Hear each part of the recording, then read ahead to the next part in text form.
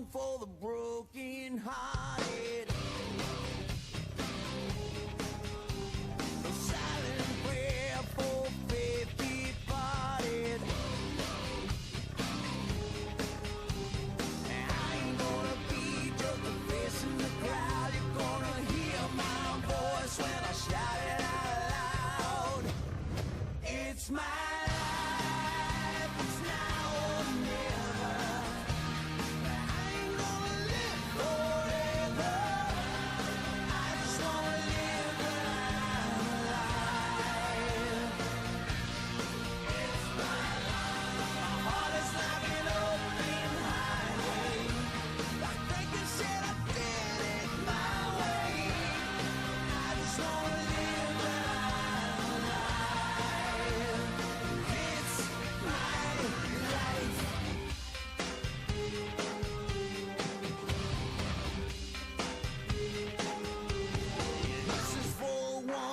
stood their ground. Tommy and Gina never back down. Tomorrow's getting harder, make no mistake. Looking even up, you gotta make your own breaks. It's my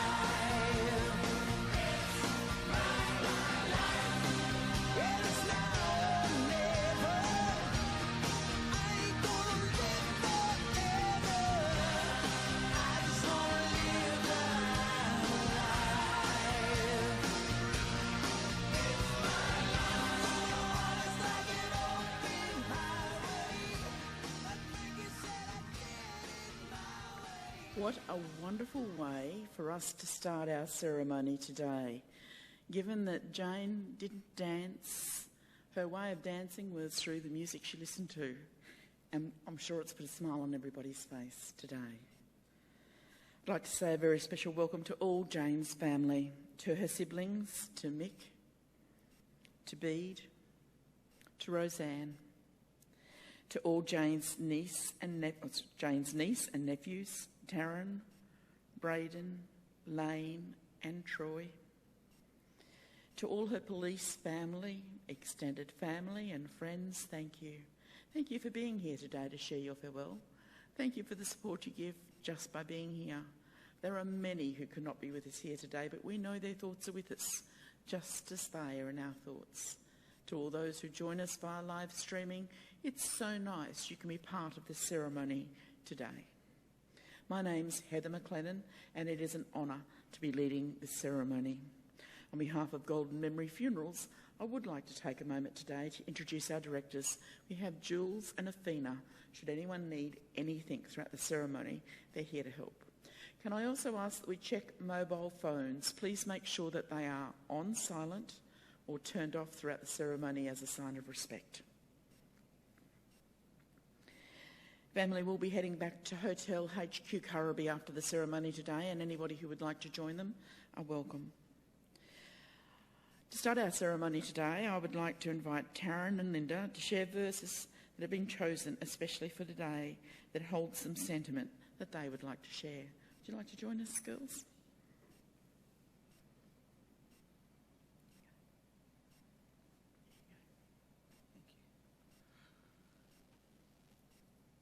Afterglow. I'd like the memory of me to be a happy one. I'd like to leave an afterglow of smiles when life is done. I'd like to leave an echo whispering softly down the ways of happy times and laughing times and bright and sunny days. I'd like the tears of those who grieve to dry before the sun of happy memories that I leave when life is done.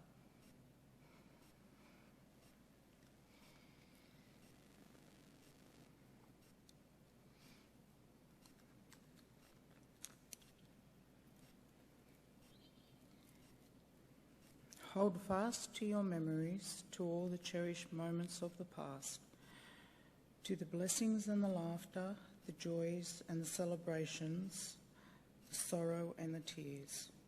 They all add up to a treasure of fond yesterdays that you shared and spent together, and they keep the one you loved close to you in spirit and thought.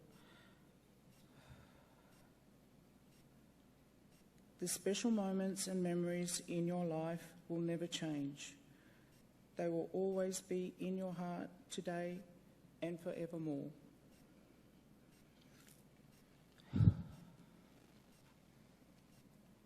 Thank you so much, Taryn and Linda. It's never easy to get up on a day like today and speak, especially when it has that sentiment attached to it.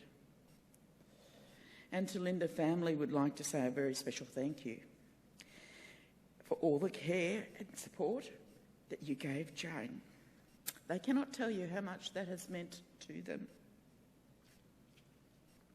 Today, as we come together, our memories of Jane and the times you've shared will come to the fore. Each here today have shared different times with Jane, created different memories and built different relationships. It's safe to say that no two relationships are the same, just as the memories that you will each cherish will be different. So what are your cherished memories? How will you remember Jane? Did you share a day at work with Jane? For family, it could be a birthday, a Christmas, or perhaps another special celebration that comes to mind. Some may recall how Jane was independent, never let things get the better of her. She just took things in her stride and she kept moving. One word to describe Jane would definitely be resilient. Some may recall Jane's favourite pastime, shopping. Or perhaps you'll recall over the years how Jane loved riding horses and did this with the disabled. She also enjoyed following horses and having a punt from time to time. Now, while we're talking about a punt, then of course we have to talk about the football, don't we? Because the footing tipping comp was something that she always had a lot of fun with. And when it came to a football team, and even if I say so myself, she had good taste. It had to be Parramatta. And of course, when it come to state of origin, well, she was a Blue. They were the teams to beat. Some may recall Jane's talents over the years making beaded jewellery. This was something that she also enjoyed creating. I'm sure many who knew Jane will recall her as a wine connoisseur who never stopped searching for just that right drop and having fun in the process. Whatever your memories are today, let us remember Jane with a laugh and a smile. Think about all the good times you've shared, all the memories that you've created together with Jane. And today, let us take comfort that Jane is in no pain or suffering and is now at peace. It is an honour today to share the eulogy on behalf of family. Now, the eulogy is always a very interesting part of a ceremony because sometimes you learn something you didn't know. Sometimes you'll rekindle a memory that's faded. Sometimes it's just like taking a step back through time. And I'd like to take you on that journey now. Jane Cecile Collins was born on the 19th of February 1961 to parents Frida and Harry Collins. Jane was to be the oldest of 4 children, having 2 younger brothers, Michael and Bede, and 1 younger sister, Roseanne. Jane was born in the Wentworthville Hospital and was diagnosed with Little's disease. Complications of this disease gave Jane a tilted pelvis, which was a disability that Jane learned to live with. She never let it define who she was, and her mother was certain that she would not be given any special treatment. And just as her siblings were, she was taught to stand on her own 2 feet and be independent. However, the tilted pelvis, it made it very difficult for Jane to run, play or take part in any sport. It meant that she would never wear high heels or dance. It meant getting around was not as easy as it was for most, but Jane pressed forward and adapted to make the most out of her life. She never got caught in the melancholy or the why me. She just got on with things. And even though at times she had great frustrations, she never let it get her down, and she never dwelled on it. The family was living at Tuangabi in Sydney when Jane was born, and later they moved to Winston Hills. Jane started her schooling at St Anthony's Catholic Primary School and went to Catherine Macaulay Girls' College. After leaving school, Jane decided to find employment. She never wanted to be on disability or be a burden to society. She just wanted to contribute, as she always had throughout her life, and be given the opportunity to live life on her terms. Her first job after leaving school was at a travel agency, where she worked for about 9 months. Jane went on to find work at the police force. Interesting to think that even back then, the police force were an equal opportunity employer. And Jane was able to find employment as a GSO, a General Service Officer, undertaking clerical work and dealing with the public at the front counter. Jane worked at Eastwood Police Station for around 25 years, and in the last 8 years of her working life seen her move between Eastwood, Bladesville and Ryde stations. After finding her employment, Jane decided to find her independence and lived in a few different places over the years, from Parramatta to Turramurra and Ryde. She found a granny flat that she loved and lived in for over 20 years. In 2006, Jane made the decision to buy a home in Brisbane with her brother Bede. Her plan was to retire up here to Brisbane and look after her mum in her later years. However, this plan didn't quite come through, as her mum passed before she retired. In 2019, Jane was diagnosed with blood cancer, which forced her into giving up work. At the time of diagnosis, Jane had accumulated 1,600 hours of sick leave, as she never believed in taking a sick day unless she really needed it. The diagnosis of this disease and the illness caused from it forced Jane into retirement. It was now time for Jane to make the move, as she'd planned, up to be closer to family in Brisbane. So around 2021, Jane made the move to live with her brother Bede in the home that they'd purchased together. On the 19th of January this year, Jane was admitted to hospital, which brings us here today. Funny the things we remember through our lives, the things that stand out when we look back over our lives. Jane's siblings can never recall her running, skipping or jumping with them, but they can also never recall her ever complaining about it or complaining about being able to do these things. However, at times, they could see her frustration. They also recall how Jane never swore and never liked to hear anyone swearing. She could not see the value in that type of behaviour. Another fond memory was made at the dinner table. Jane was never a big eater, but her dinner would have to have travelled around her plate for kilometres each night before she finally ate it.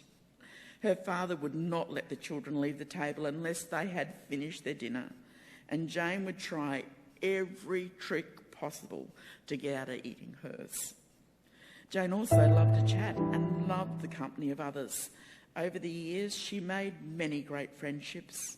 Her partner in crime over many years would have to have been her good friend Sandy, who she would babysit for on many occasions. For Jane, family were very important. She was the big sister who always took interest in what her younger siblings were doing in their lives.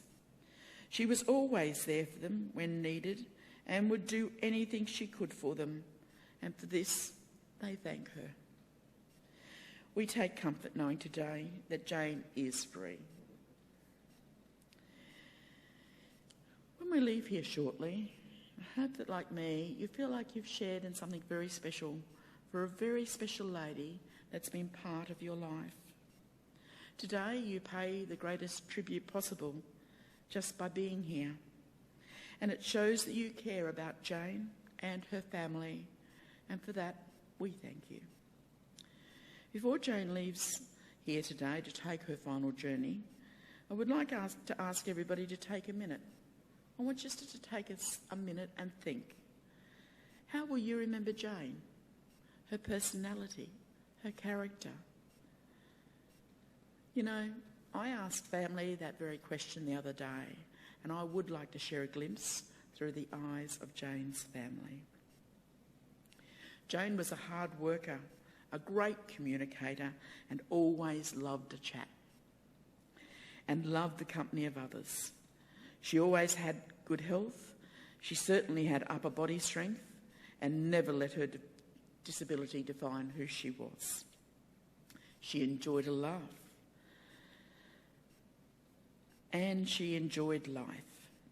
Jane was a creature of habit. She loved a routine and was set in her ways. She never liked to change things that was working for her. She was brave and strong, never dwelled on things. She took things on the chin. She was resilient. Most importantly for Jane were her family and her friends. She valued them all highly. She was generous, loving and caring, would do anything for her family, and was always there for them if and when needed. If Jane were to leave us with some sentiment today, perhaps it would be similar to the sentiment penned in this next verse, and it's a piece called One at Rest. I'd like to share it with you now. Think of me as one at rest. For me, you should not weep.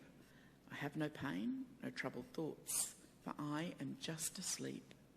The living thinking me that was is now forever still, and life goes on without me as time forever will. If your heart is heavy now because I've gone away, dwell not long upon it, for none of us can stay. To those of you who liked me, I sincerely thank you all. But to those of you who loved me, I thank you most of all. And in my fleeting lifespan, as time went rushing by, I found some time to hesitate, to laugh, to love, to cry. Matters not if time began, if time will ever cease.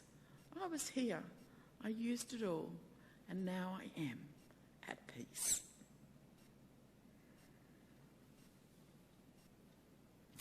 This concludes this part of our ceremony today. We're now going to take Jane on her final journey to her resting place. All that would like to join us are welcome. However, family do understand if you don't want to join them at the graveside, and remind you that they will be heading back to the Hotel HQ Currabee, and you're more than welcome to join them there. I'd like to invite our funeral directors to come forward and ready Jane for her final journey. And today we leave with another of Jane's favourite pieces of music, and I'm going to leave it to you to dance as we head out of the chapel, as Jane would love us to. It's a piece from Van Halen called Jump.